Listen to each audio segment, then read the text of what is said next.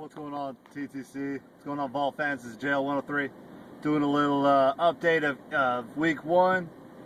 What happened with Tennessee's crushing victory over the lowly, pathetic Austin Peay, 45-0. And just talk about what I saw, what I feel about what's going to go, how they need to improve on the for the rest of the season and everything. And what I saw also to the other college teams. First off, Tennessee wins 45-0. Really good job from the first team, beating up on a very inferior defense. I mean, Austin Peay's bad. Austin Peay's really bad.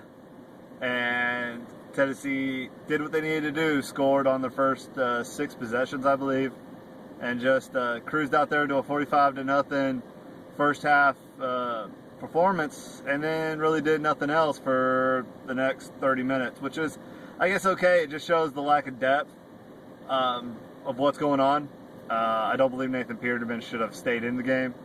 I think Riley Ferguson deserved to throw the ball a little bit, or Josh Dobbs, because it's looking painfully obvious that Peterman's not the answer. I mean, if you can't get it done with that sorry-ass defense that Austin Peay trot out there, then there's not much I can hope for out of you. Things I saw, Marquez North is going to be a stud. Marquez North is going to be a good player this year. Watch out for that guy. If Worley could have just thrown the ball just a little bit earlier, I think a lot of those throws he would have made would have connected in stride. It would have been really good. It's one of those things that they're going to have to work on, the quarterback wide receiver chemistry. Worley still scares me.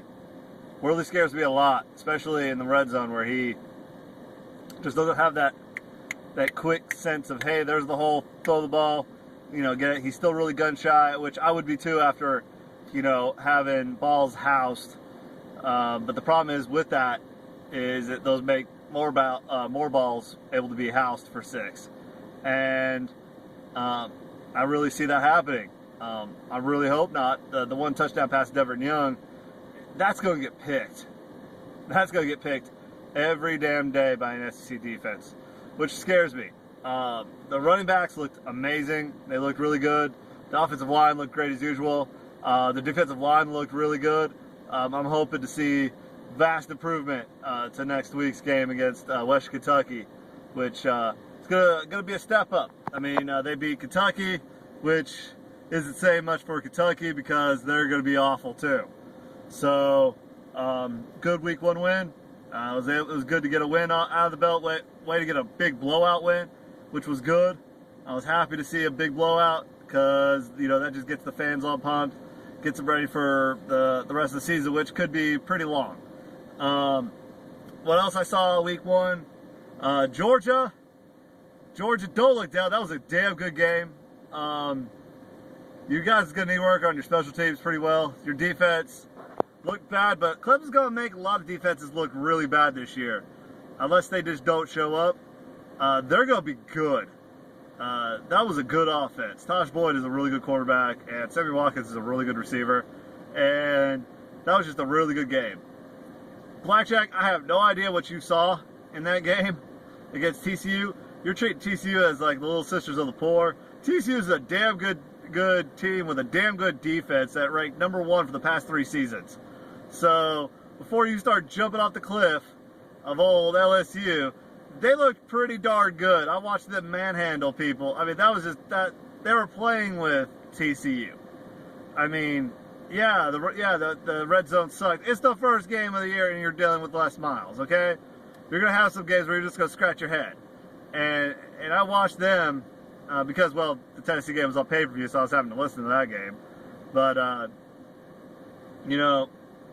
LSU is going to be a good team this year. Alabama's going to look stout, as usual, unfortunately. I was hoping against hope maybe they'd be bad, but of course not.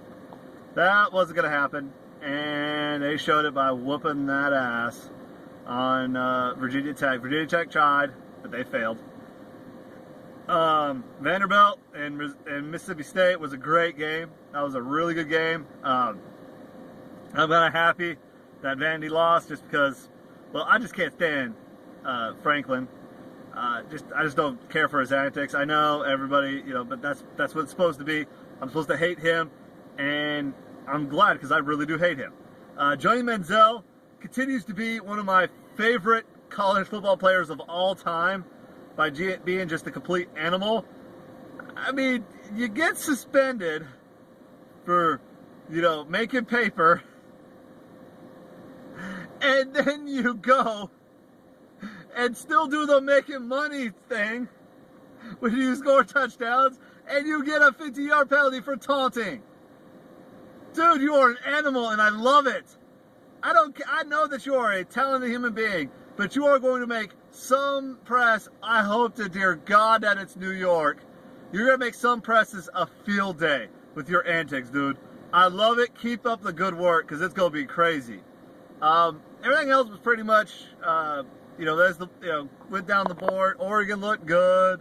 Oregon State looked awful, which was hilarious. Wisconsin looked good. Everybody looked good.